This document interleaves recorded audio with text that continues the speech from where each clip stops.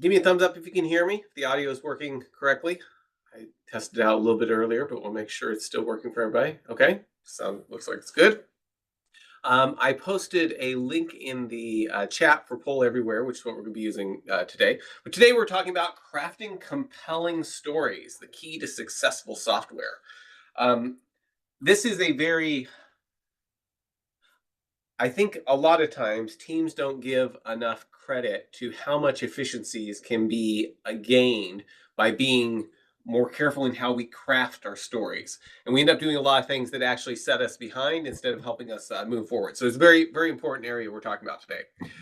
Okay, so the thing in Poll Everywhere we wanted to see is kind of what describes your role on the team. If you put a space in it, it breaks it up as separate things. You can put something about dogs here. That's interesting. Product owner or dogs owner. I'm not sure what that is. Anyway, just wanted to kind of see where people were at. Scrum Master. Okay, very good. And let me tell you what. Let me paste this here one more time for you, so you can join. If you open, you should be able to see it in WebEx. If you can't see it in WebEx, you can bring it up on your phone using the information up there at the top. And leave it up because we've got a few things that we're going to be looking at as we go. But we're going to start off with a cartoon. Going to look at a little bit of a background on the user stories, and then we'll go for about 6-minute video, and then we'll be looking at the details of it. So here we go. Hi, I'm Mark. I help organizations write software more efficiently. A big part of this is helping teams find ways to organize their work in a way that follows agile values and principles. In this video, we're going to talk about creating user stories. User stories aren't agile in and of themselves, but they can be used to help us follow agile principles. For example, here are 3 agile principles that we should keep in mind for this video. Working software is the primary measure of progress. Our highest priority is to satisfy the customer through early and continuous delivery of valuable software. Simplicity, the art of maximizing the amount of work not done, is essential. If working software is the primary measure of progress, we need to make sure we organize and track our work in a way that supports this goal. We need to make sure that our work is organized and chunked into units that represent value to the customer, and we need a way to sort out what is extremely valuable from what is less important. Most teams find that the best way to achieve these things is to visualize their work so it's easy to see what has been done, what is being done, and what is yet to be done.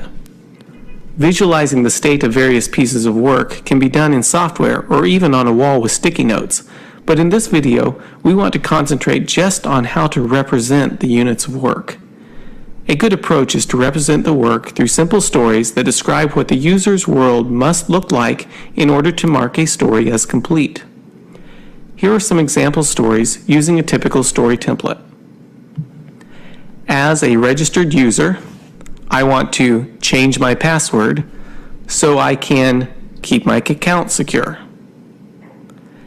As a website visitor, I want to subscribe to the mailing list for a product so I can get product updates through email. As an admin user, I want to disable a user so I can prevent unauthorized logins by past employees. As a mobile app user, I want to save all my data to the cloud so I can access it from another device. There isn't anything magical about this particular format for stories.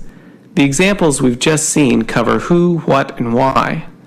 Having a template is a good way to make sure you capture enough information to represent the idea of what the user needs without getting bogged down in all the implementation details. When our development efforts are driven by stories that represent our understanding of user needs, it supports our principles and fosters good development practices. Stories that are written in ways that violate our principles will hinder good development practices. Anything we can do to increase the quality of our stories will make the rest of our development process more efficient. One time, I was working with a team that was just starting to organize their work like this, and we were using a template similar to the one we've just seen. One of the users had missed the initial meeting where we explained what we were trying to do. He was a bit confused and asked why he kept seeing all these short pieces of poetry about software. Evidently, he thought we were writing some strange form of haiku. Good stories start off as fiction. The setting is the world in which the user interacts with the software. The story is written from the user's point of view and talks about things from the perspective of the user. The user perspective is very important because our principles say that we are going to define our progress based on giving the user the ability to do something valuable with the software that they were not able to do before. If we are working on stories that aren't creating business value for the customer, we are doing work that we've explicitly said isn't going to count as progress. So how do we handle all the work we need to do that the user can't see? How do we handle stories about the developer's world? How do we handle stories like this? As a developer, I want a database with all the tables to model the data so I can store information the application needs. This is a bad story because it violates our principles for software development. Notice I said the story is bad, not the idea of having a database to store data. We definitely need a database. But if we create this story, almost all of the application depends on it being done first. We could complete this story and have no functionality we can show our user, nothing they can actually use as working software. But this would violate our principles. Further, the information we need to acquire to complete this story will only be known when we've figured out how we are going to build the other parts of the system. So in effect, a story like this is both a prerequisite for and a dependency of every other story. When you have two things that both depend on the other being done first, you have a recipe for deadlock. If you've ever worked on a story like this, you may have experienced a long period of time where the user is asking how things are going, and the development team is saying, well, we have a bunch of setup work to do first before we can start working on the actual application. There is another way. If you write your stories from the user perspective, you can build just the parts you need in order to create some value for the user. This likely will mean building some of the database, but only the pieces you need as you need them to complete each story. It may seem counterintuitive for developers to build software from the user's perspective, because such an approach means you may have to rework some of the things you've done in the past as future stories become clear. However, software projects that fail usually do so because they weren't focused on delivering actual usable business value to the user on a regular basis. Building the application the way the user thinks about value minimizes this risk. If you are following the other Agile principles, the cost of some rework is trivial compared to the benefits it provides in delivering business value sooner rather than later. Okay, so that's a very quick overview of some of the things we're going to talk about today. Hopefully that's useful. And I put a link to that video in the chat if it looks like something you want to share with your team. I've heard some teams are getting good use out of using some of these cartoons, like before their daily stand-up. They just look at one, discuss it a little bit, or at the end of it, or something like that. So if that's useful, links there. Also, I want to mention I have a special TV set up just right up here that shows all your smiling faces if you happen to be on video. So for those of you on video, thank you very much. For those of you who are like, I don't know if I should be on video or not, I do like getting to see people, so don't feel compelled to, but just know it is something that's appreciated if you do happen to choose to do that. Okay, so user stories represent work. Question for you: what best describes your feelings about user stories? What best describes your feelings about user stories? I'll throw the link here one more time because we had some people join a little bit later.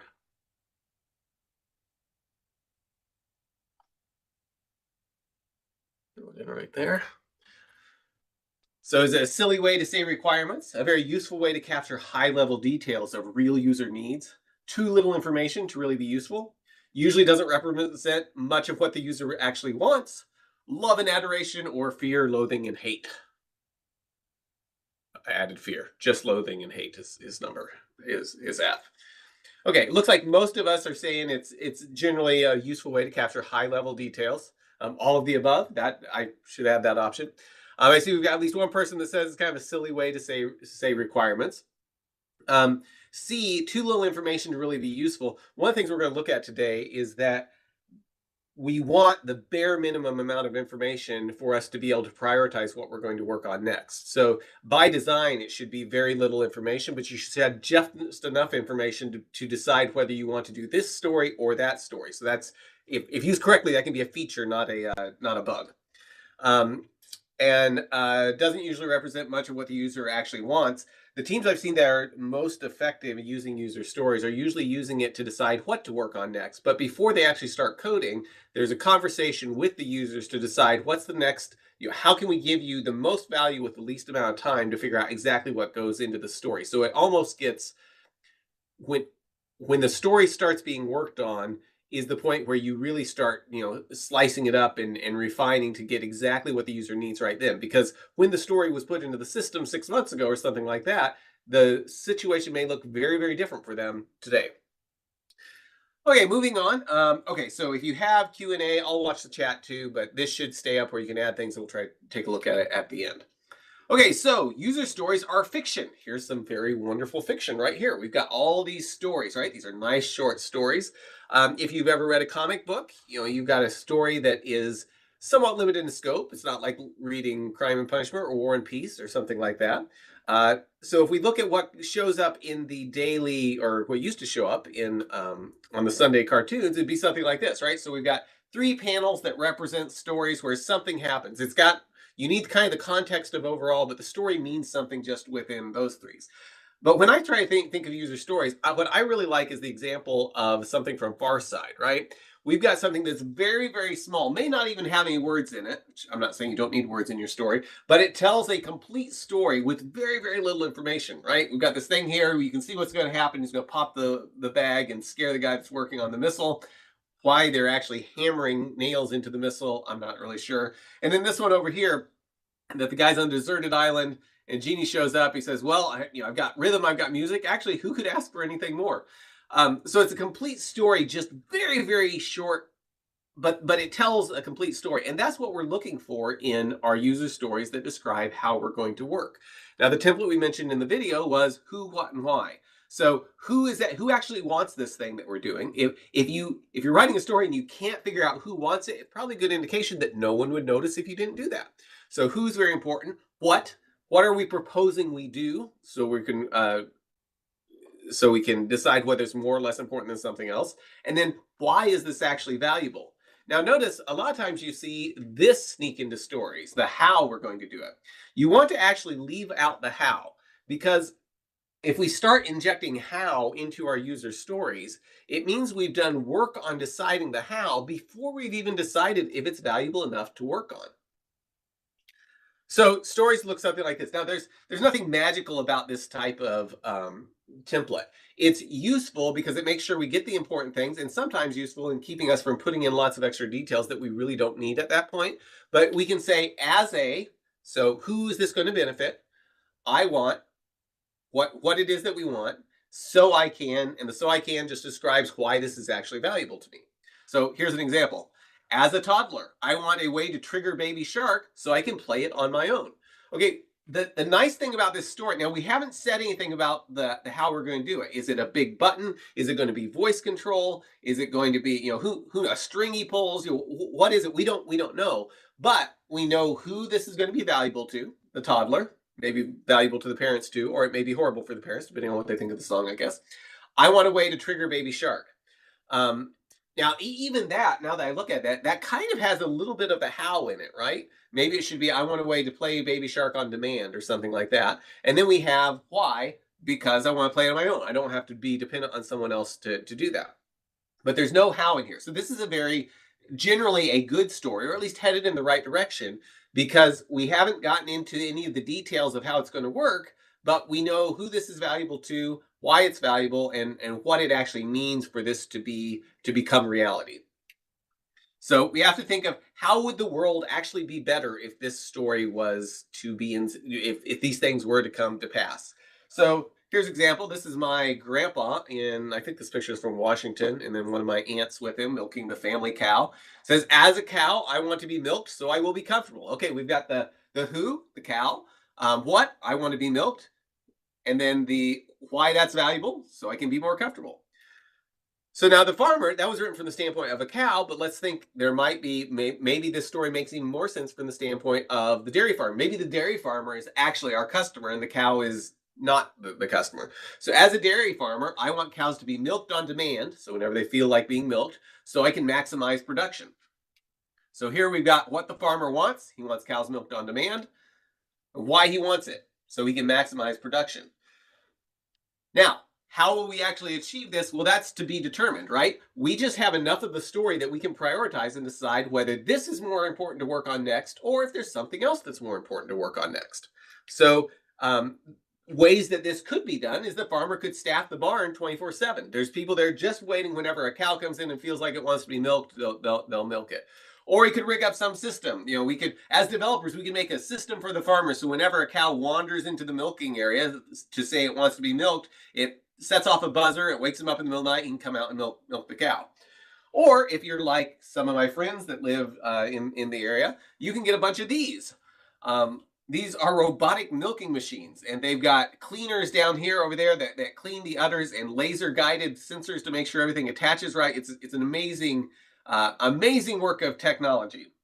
And so whenever the cow is feeling a little bit full, it just wanders in and it measures the cow, weighs the cow, feeds the cow whatever it needs to be fed, and cleans everything, hooks it up, and milks the cow.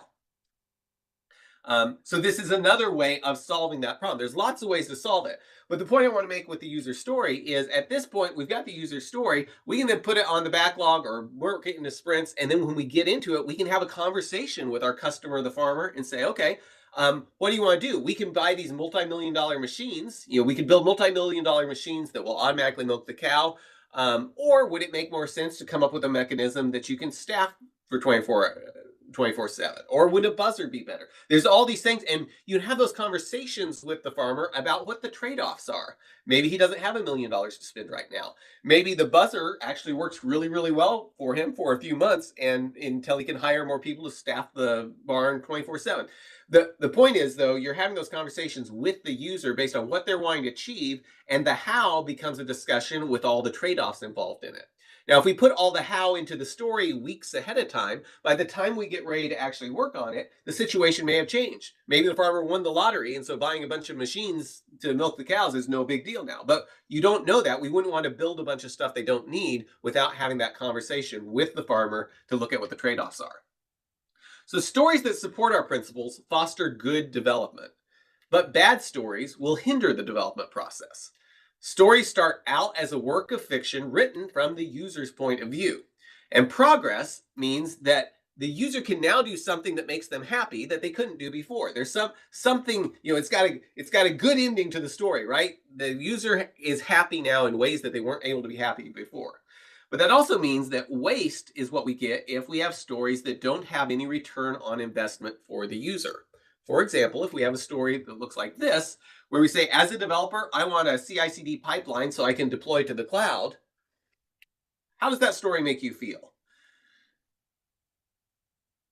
Does that story make you feel just really, really happy? Does it make you feel sad? Somewhere between there? And some of us are kind of in the middle. So if anybody wants to just kind of okay, well, at least a few people like this story makes them feel really, really happy. So throw in the chat just a few seconds. Why does the story make you feel this way, either happy or sad? What is it about this story that makes you feel one of these things? And look, at some of us just don't, we're just even keel, doesn't matter to us. It's not constrained to a schedule for an on-prem resource. Okay, it may not apply to all the situations. I was assuming going to the cloud. That's yeah, good question, Ian. Why do you want to go to the cloud? What does that do? It's not very fiction-like. I like that. No visible value to the user. So Jeff, yes, what you're saying is the main thing I see with it is we're doing something that probably does have value to the project in some way, but it's not written as a slice from a standpoint of the value it actually provides to the user. The user isn't going to see this. I mean, we may be able to explain it to the user why it's valuable, but it's not an incremental step forward for the user. if we're writing it from this dimension. Now, that doesn't mean we shouldn't do it, but it does mean that we may want to try to find a different way of approaching the story. So we're giving the user something valuable. And then part of what in that story is contained this thing that is valuable that we want to do, but it's more driven by what the user is actually asking for. This is good answers there on stuff. That's great. Okay, so oh, I got meow and moo. Okay, cool. So yes, this is working evidently. So as a developer, I want a CI/CD pipeline so I can deploy to the cloud. I would say this is not a good story. Not that it's bad to build a pipeline. It's not bad to build a pipeline, but what might happen if we start treating the pipeline as progress? Well, we could, and I've actually seen this happen, we could spend a year working on our pipeline before we ever get to the user story, and then discover that when we start working on user stories, the pipeline we built is a not at all fit for purpose that we actually need. Now, that sounds like, oh, that's a funny story. That I've actually seen that happen in places that got so focused on stories like this that it was very difficult for them to shift over into letting the user stories actually drive what was needed. So that's a very big risk on projects. The other thing about this story, oh, whoops, no, sorry again. So if we try to switch the story around from as a developer, I want a CI/CD pipeline. So let's think of something that the user needs. Well, as a user, I want to see the logo on the page so I know I'm at the right site. Well, if we have within our definition of done that things can actually be deployed all the way, then this will require building some piece of the CI/CD pipeline, just enough to deploy a page and a logo so you can see it. So it's very, very small. There may be 1,000 other things that we're going to do to this CI/CD pipeline eventually. But if I'm deriving it with this story, I then build just what I need. And not only do I build what I need, but I use this story to prove that this other stuff is actually fit for purpose. And that can be a very big deal. So this will prove out that the CI/CD pipeline is capable of deploying the application, and not just a theoretical application, but the application that I'm actually building. Oops. Okay, so why do software projects fail? They fail when they fail to deliver working software. So if we build things from the user's perspective, we can lower that risk. So we have to think about, how does the user think about the software? So we want to build things in where our way of dividing up the iterations we're going to deliver are divided up in a way that is driven by how the user thinks about the software.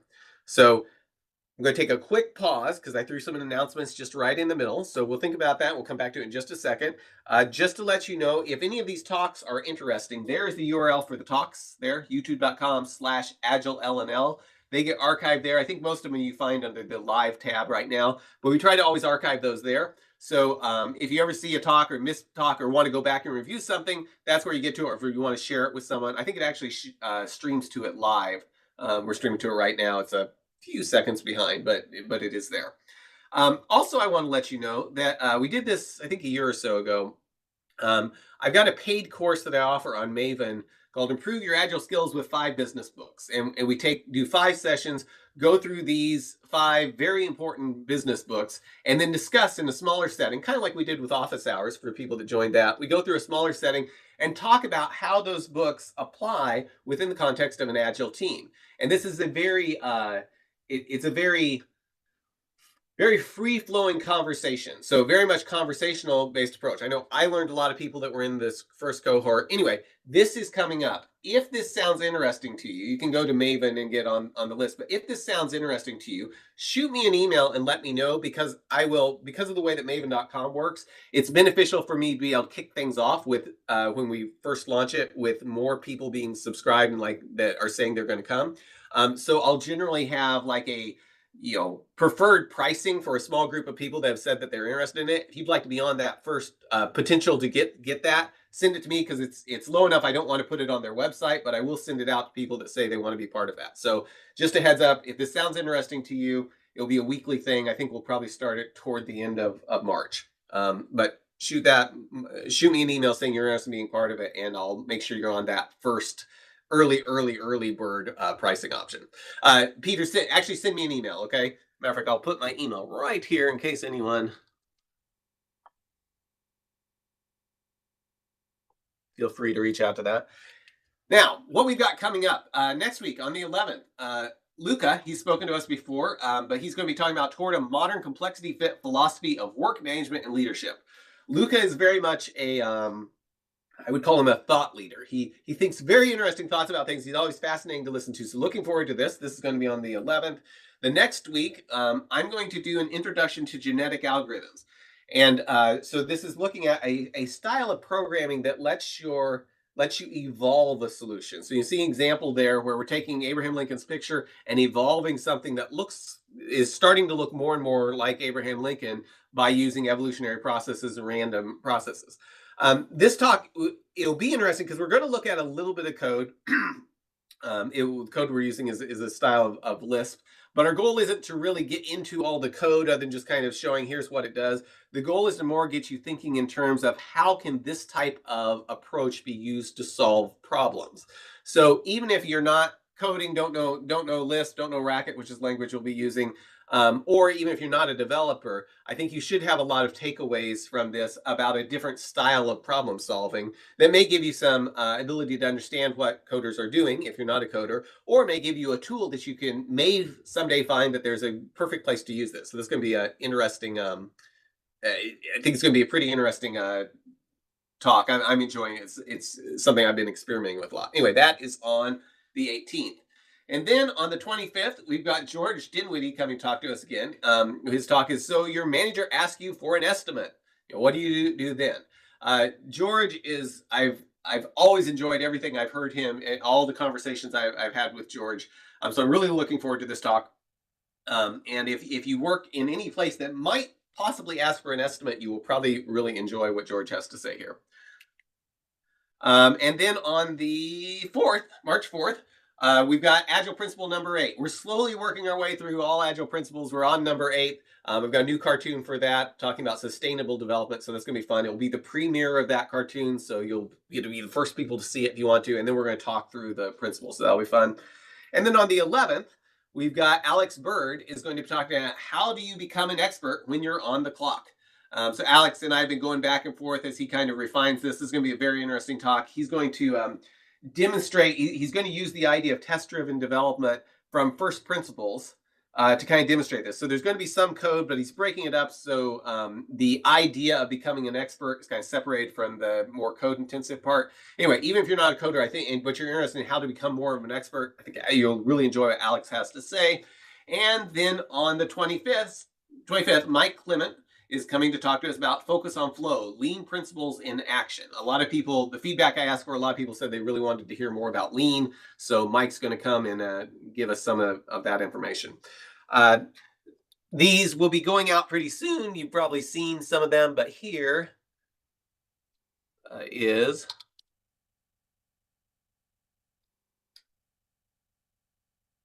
there's the URL. If you want to make sure it gets on your calendar, you can go to any of those and sign up for them right away. I'll be sending some more out later this week to get these all on your calendar so you can block out the time if it's something you want to come to. And as always, if any of these are things that you think your team would be interested in, feel free to pass them on to your team. Let them know the invites are designed in a way to where it's just fine to email them on to other people. There's not something unique about them to you that keeps you from being able to forward them on. Okay, so back to our regular programming. We said stories fail when they fail to, or projects fail when they fail to deliver on working software. And we can avoid that by building from the user's perspective. So how does the user think about software? Well, let me give you an example. I live down in Fort Scott, Kansas. We're about 90 miles south of Kansas City. So I might have a story something like this. As a driver of a car, I want trees cleared from Fort Scott to Kansas City so I can level it. So we can level it. Okay, that would be a story. I'm a driver of a car. I want trees cleared from Fort Scott to Kansas City so we can level it. Well, this story may not be such a great story because I'm taking something incremental, and this may be very, very important, but this doesn't give me, as a driver of a car, anything that I can actually do. Now, leveling it might be a piece of something I want to do before I can put in a highway from Fort Scott to Kansas City, but I've written this story in a way that it's very much prescriptive of how we're going to do something rather than describing what we're hoping to obtain from it. So here's another story. Here's another try on it. So if you're not familiar with Fort, so here's Fort Scott down here. Here's Pleasanton. It's like a quarter of the way to Kansas City, and then we've got Kansas City way up there. So here's another try. As a driver of a car, I want a highway from Fort Scott to Pleasanton so I can drive back and forth. Okay, so now I've gotten something a little bit smaller. I'm just going to put a highway from here to here. So that would be another possible way of doing it, but we're still putting a lot of effort. If the thing I get value from is more of getting to Kansas City, investing in a whole highway from Pleasanton to Fort Scott, there may be a simpler way I can deliver something to start proving out some of my ideas here. So what about something like this?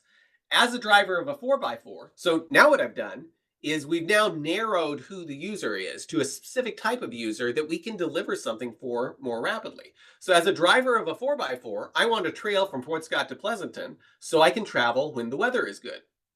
Okay, now we've narrowed this down quite a bit. So I've got something like this here, right? I've got a really cool 4x4, and I'm going to just get a trail. If the weather's good, I can get from Fort Scott to Pleasanton.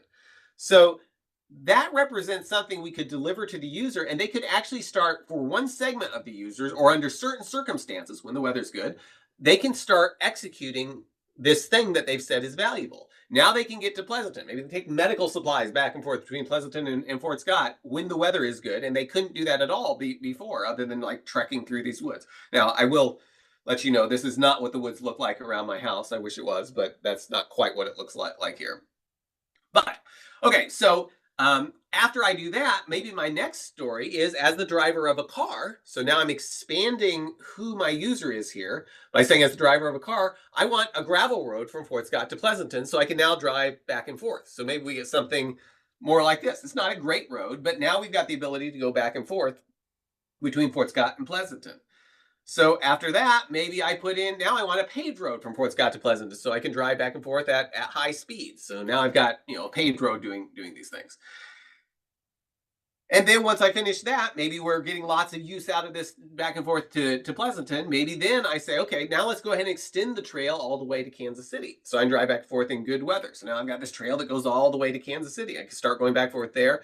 As a driver of 4x4, I want a trail from Fort Scott to Kansas City so I can drive back and forth in good weather.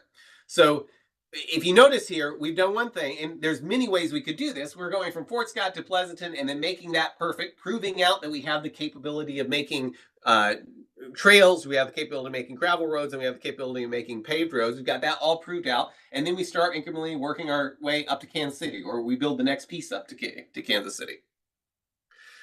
But we've got a story like this. As a trail driver 4x4, want a trail from Fort Scott to Kansas City so I can drive back and forth in good weather, but we really want a highway, right? That's what we wanted. Why would we waste time in building a trail? Well, what if we changed our mind once we've been there? We made it to Kansas City and decided, on second thought, let's not build a highway to Kansas City. 'Tis a silly place, right? There may be some reason once we get to Kansas City that we decide we don't actually want to go there anymore. And those are legitimate things that happen when we're building software. Once we get the ability to do something in software, we need to discover that our original idea of what we want to do would be a silly thing to do. That's not a bad thing to discover, but we'd want to discover this with at least amount of effort as possible. If Kansas City is not a good place to go to, we should decide that when we've only invested in a trail, not when we put in all the infrastructure necessary to put a 4-lane highway to Kansas City. So when you think about this, how much money do you think gets invested in software that turns out not to do what is needed? Because the situation, and it can be done all with the best intent, but the situation can change. The market can change. We may had ideas of how things would work that once we've got little pieces of it, we discover it doesn't really work that way anymore. But yet sometimes we go ahead and build the thing that we don't really need anymore. What if we build a highway to Kansas City and discover that the city has been taken over by zombies? Well, maybe it's not good to have a highway all the way to Kansas City that can bring those zombies all the way down to Fort Scott, as they kind of randomly walk around and stuff. So I'm being silly here, but the point is that we want our stories to allow us to do things incrementally and prove things out. Make sure that we're building what's actually needed. And if we write our stories in ways that aren't in ways that don't actually support that incremental learning, we can get ourselves into all kinds of trouble. Okay, so let's talk about, we mentioned how the users see things. So if you're a developer or have worked with designing stuff, you probably are used to seeing things something like this, where we've got user interface, business logic, database, and hardware. So I want this slice right here, said no user ever, right? Users don't come to you and say, hey, you know what we really need? We really need a database layer. Not something I can talk to, not something I've interacted, but just a database layer would be really, really cool to have. That's not what they're asking for, right? Now, I want this slice, says the kid that only eats the frosting. But if we really look at what users are asking for, they're wanting something like this, right? When the user's asking for something, they're wanting usually some part that they can touch in the user interface. There's some part that touches the business logic, some part that touches the database, some part and some part that touches the hardware. But there's these slices that go all the way through. And that's how we need to design our user stories so we can deliver things that go all the way through and actually provide them value. Now, the objection to this usually is, well, you can't build a house like that. And that is mostly true, right? It's not like you build the foundation. You don't look at your house and say, hey, you know what? The bathroom is really the most valuable piece to me. Let's lay the foundation for the bathroom, then build the bathroom, and then we'll go figure out what else we're going to do. But code is not concrete. We can do things in code that we absolutely cannot do with building a house. Remember our example back here of being able to do these roads. This is actually more analogous to what we experience with software, that if you put in a trail and get going back and forth, you'll then discover, okay, with the trail, I had to go around this river or find a place to ford the river. But we've gone back and forth and we now know it's valuable enough to invest in, with our gravel road, maybe building a bridge in some of those places. And then once we've got the gravel road in place, we can then come back with a highway and rework some of the road, but a lot of it will probably go in the same place. And we can build on things in ways that increase the value instead of a house where, like, okay, now we need to tear out the entire foundation and start over. And this gets into kind of the power and the dangers of metaphors because they're very much tied to the way we think. And so if we think of building software, we're going to take kind of our physical experience with the way things are built and then apply it to abstract ideas in ways that don't necessarily apply to software. Um, we have if you think of the difference between sketching something and carving something. So here we're sketching a horse. I don't know if you guys remember the old things where they teach you how to draw a horse. You draw a circle here, lines, and then you kind of fill stuff in. And pretty soon, the original lines that you used to draw to give you the framework for kind of the outline of the horse, you sometimes erase those or just cover them up and never see them anymore. But they're incremental steps toward getting a horse. And that's how you sketch something, which is very much analogous to what we want to do in software. On the other hand, carving something out of stone, that's not really, software is very malleable. Software is not like trying to carve something out of stone. But if we think of it in terms, if we approach our software with the idea that it's like we're carving something, we'll probably make a bunch of very poor decisions based on what would happen if we did things in concrete and rock instead of taking advantage of what we actually have to work with. I find that a very good analogy is to think of how a city grows. So if you think of like New York City, they put in a subway one place, used it for years, then put in another subway, and then all of a sudden didn't need that one subway line anymore. So they shut it down. And that wasn't a bad thing. It was part of the growth of the city as populations moved and things like that. And there's buildings that go in that are then torn out and other buildings go in. And this is all part of the evolution of a city over long periods of time. But you don't come in and just say, you build your city in a way that it can grow instead of trying to say, oh yeah, every 10 years or so, we're just going to tear the whole thing down and try to build it again. That's not how you approach a city. So I think growing is a very good way to think of it because cities respond to change. And we want to think of growing our software rather than building our software. Okay, so here is a question.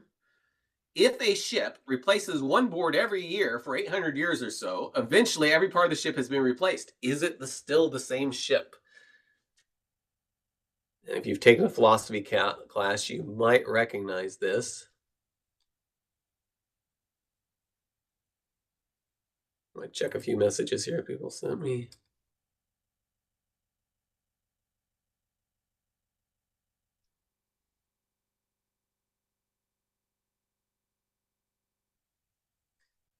Okay, somebody sent me a question, and this is a great question.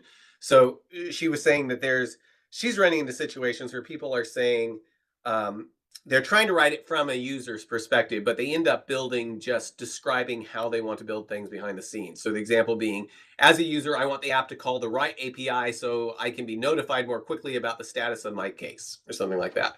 And this happens a lot. So one of the biggest places that I see that happen is when you break teams up not in ways that they can't actually deliver something for the customer. And so what happens a lot of times, you may have, oh, this team's doing the UI, this team's doing the API.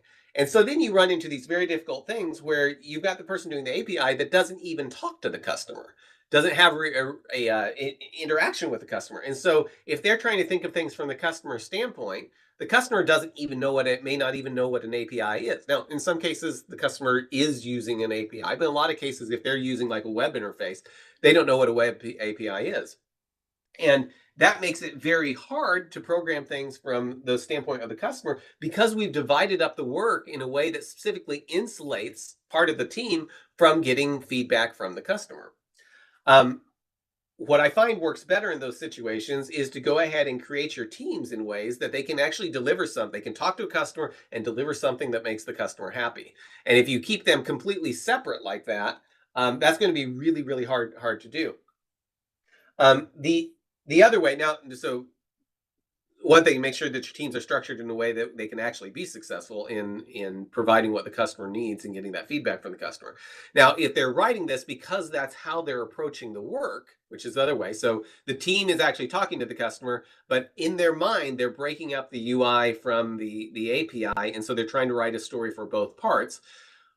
What you want to get them to is thinking in terms of, how do we deliver this for the customer, regardless of who's actually working on what piece on the back end.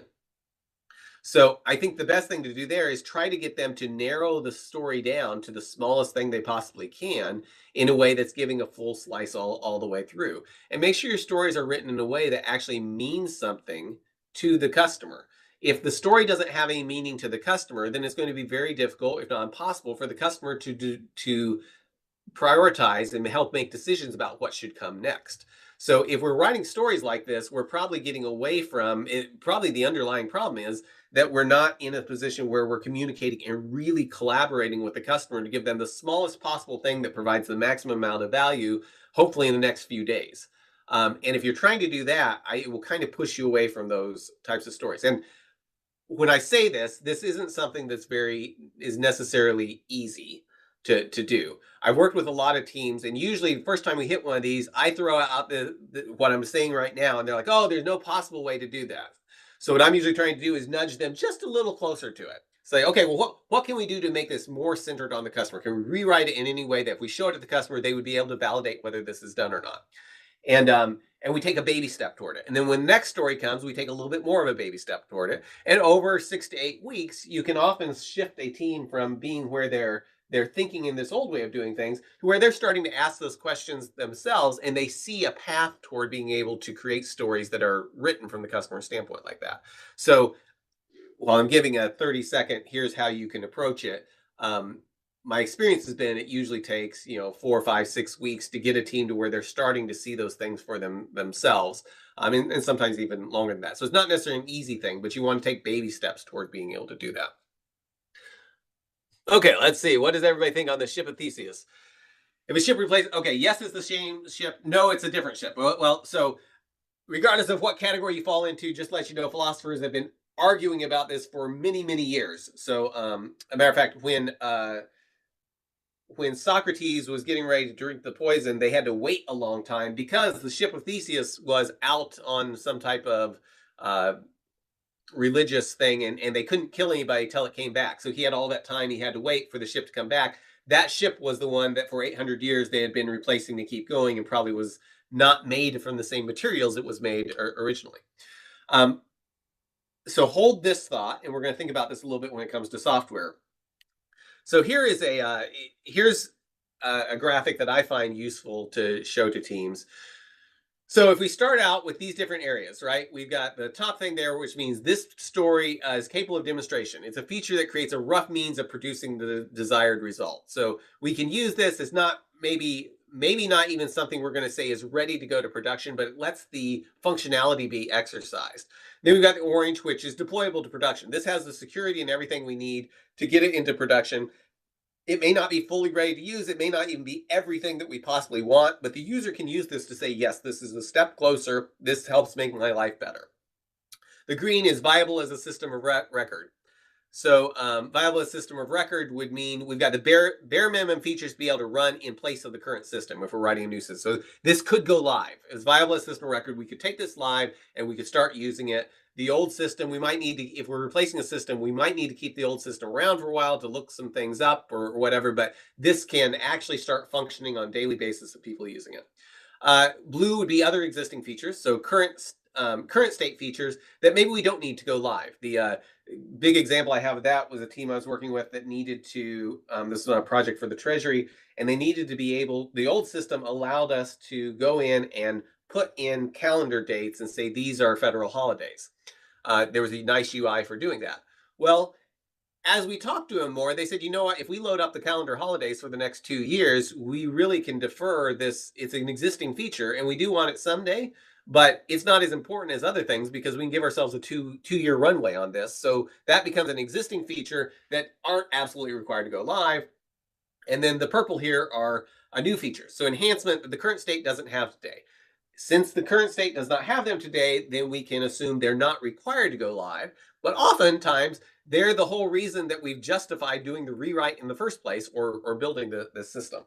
So if we lay these things out like this, and let's say we approach these stories like this, and we start over there and we do two things that are new features, enhancement that the current state doesn't have today, because these are really, really important to people. And then we get to something that we have to deploy to production. Then we do something else that's a new feature, and we go all the way through like this. We're going to get to the point where we get all the way over here, and we have to do all these things before we can actually go live over here.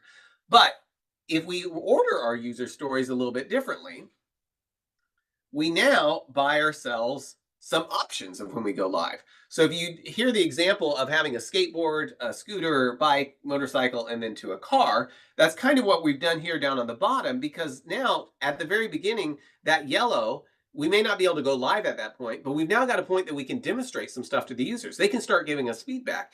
And once they start giving us feedback, it's amazing how often their ideas about how the system should progress change dramatically.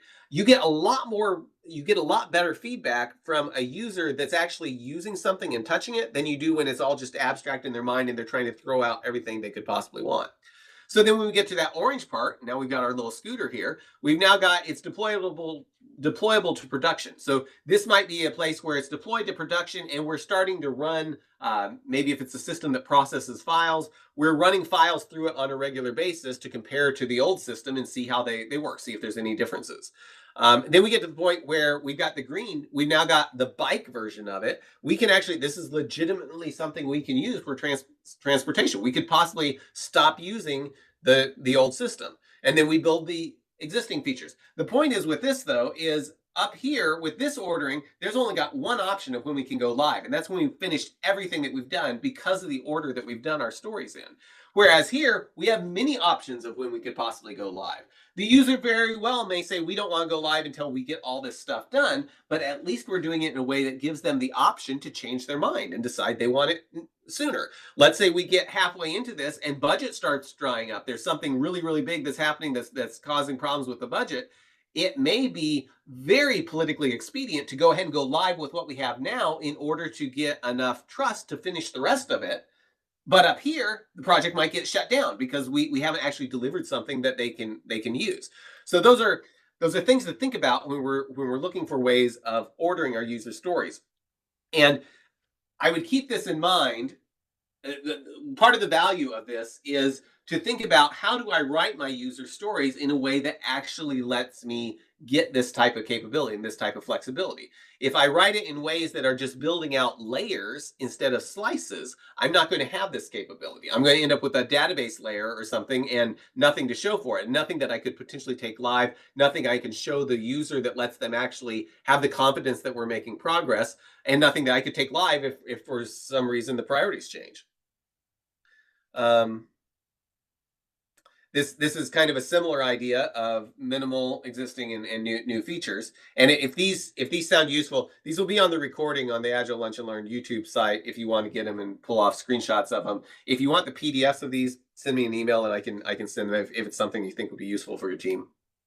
But I can also start doing things as splitting stories. Maybe when I get into a story, I decide, hey, that first thing that was minimally viable, I can split that out between minimally viable and existing functionality. And then if I do that, maybe I can take those and reorder it and get to this. And now I've got even newer place that, or an even sooner point that I could potentially go live. Or maybe I discover I can actually throw these out if I've split them up. So all kinds of different ways to reorder our stories in ways that get us more flexibility, more agility in how we deliver for the customer.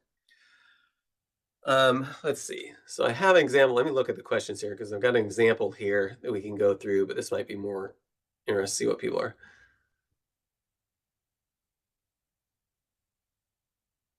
Okay, so questions about enabler or spike stories. Um, So I believe what you're talking about are situations where we're saying, oh, we're going to do a spike story just to do some research and see if it's possible to use technology XYZ with this particular thing. Um, the thing I don't like about spike stories, and I say this in very loose terms because I've seen teams use them and have good get good results with them.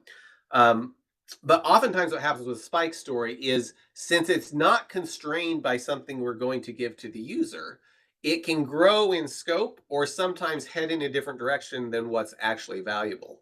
And so, what I would suggest with a spike story is if you can, try to take off a small enough slice that you could actually deliver something and show it to the user. Now, if you get into it and discover, hey, this just doesn't work at all, and so you just throw the work away, that's no worse than if it were a spike. On the other hand, if you do get something like, hey, this is proven out this little thing, and yes, we've got lots of stuff to add to it, but we're in a situation now where we can take this and build on it. I think that's a lot better than trying to build out a spike. To me, that keeps the team a lot more focused. And let me give you an example of a team that did this. So I was working with a team. We were writing some stuff for the Treasury that would match debts against payments. So if the government's getting ready to send you money, but you owe the government money somewhere else, it would match those things up. And there's lots of ways to match, lots of different parameters that go into matching it. But we had identified that there were some places where the name was really really close, but not matching for one reason or another. So, for example, if my name was coming through as let's say somebody's name was coming through as Catherine Smith, and then there was a Katie Smith, and everything else matched. We wanted to be able to match on those types of things, being able. So they needed some type of fuzzy logic around being able to match, particularly on the name field, if Social Security number and everything else matched like that. So since this was a very important system, we needed to be careful with it. So the first thing that they built wasn't to go in and actually build everything into the matching process that was going on as part of this batch process. What they did is they built just a little thing that you could type in somebody's name and the identifying information and run it, and it would show you if it matched to anyone. Well, they did that, built it, even deployed it to production, and then all the stakeholders could actually go in and start typing in names to see, hey, does this match with this? Does this match with this? And so it was a spike in the sense that they weren't delivering something that was going to actually, well, I guess it did run in production, but that wasn't going to affect the application's output. But it was something that the user could actually touch and validate. So they were able to come up with a slice that let the user validate it. And what happened is the user came back with feedback after that and said, hey, that really works well in this situation, but not in this situation. And the developers could say, okay, I think we can tweak it to now that we're getting your feedback, we can tweak it to handle what you're describing. So they'd make some changes, deploy it, and they'd go look at it again. Then the next thing they took is they made it to where the matches still weren't changing the system of record, but every time that this new thing would match, it would write out to a log file. And then they were able to pour over the log files and see how that was. And the users were getting feedback on whether or not they were able to give feedback on whether or not they wanted to turn this on. And then finally, they made it to where it was part of the process. But those types of things where you're using, in this case, they were using some new fuzzy matching technology. Those types of things where you give the customer something they can provide feedback on. I mean, it would have been just fine if the customer had said, oh, you know what, after seeing this, I don't think we should do that. It looks like it has too many false positives. That would have been just fine. But so when you're doing spikes, long way of saying, when you're doing spikes, I would still try to make sure that you're writing it as a user story that can be deployed to production that the user can give you feedback on. And if you have to abandon it, That's fine. You're no worse off than if you were doing a spike. But if you can use it, you're now in a situation that you can get feedback, better feedback, and you've been constrained by what you can actually deliver to the user. So hopefully that's a helpful way to think of it. Okay, let me glance through here, see if there's any other questions. Okay, and Ian had a good says he's got a YouTube link that looks good. I'm gonna have to check that one out. Let's see, were there any other?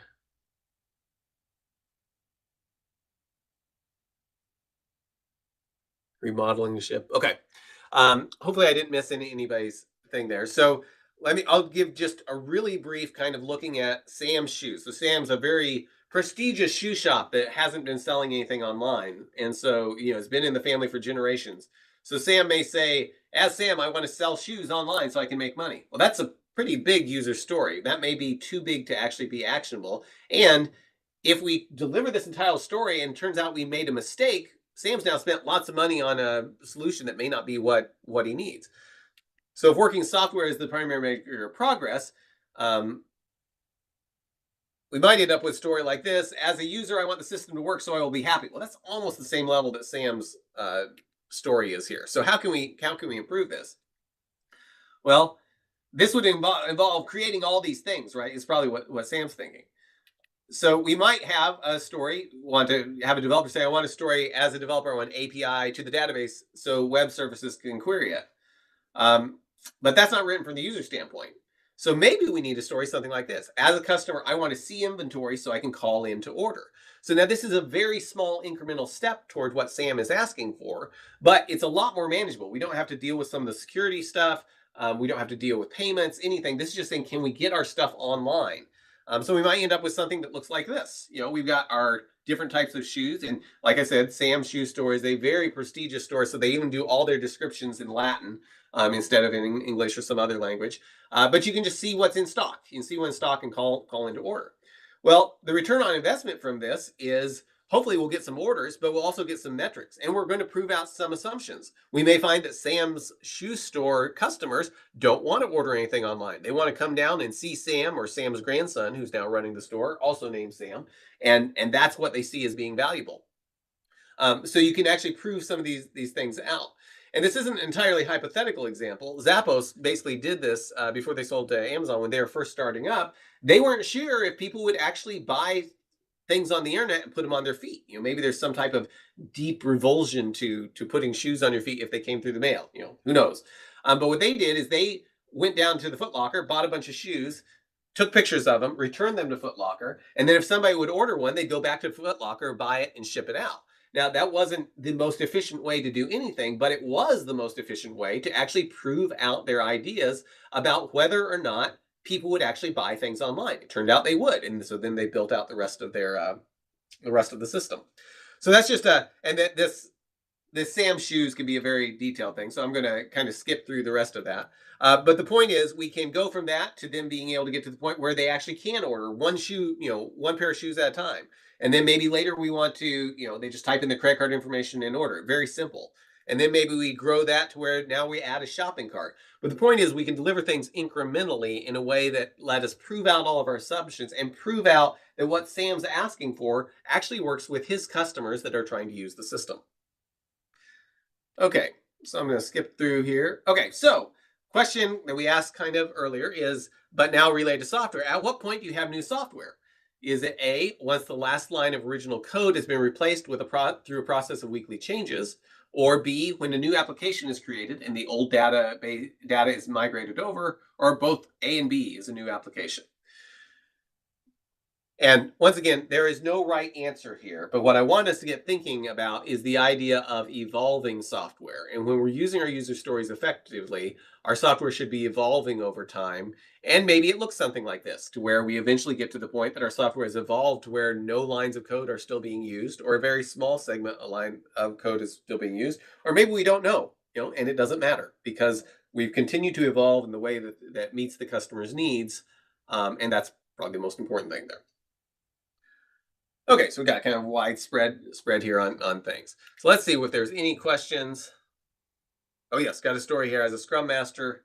I want to access YouTube playlist called Agile Principles so I can easily find all the Agile Principles videos in one place. That's a good story. I should probably implement that story now. Okay, I think that's all the questions that were on there. So I'm going to go ahead and stop the streaming to YouTube, but I'll stick around if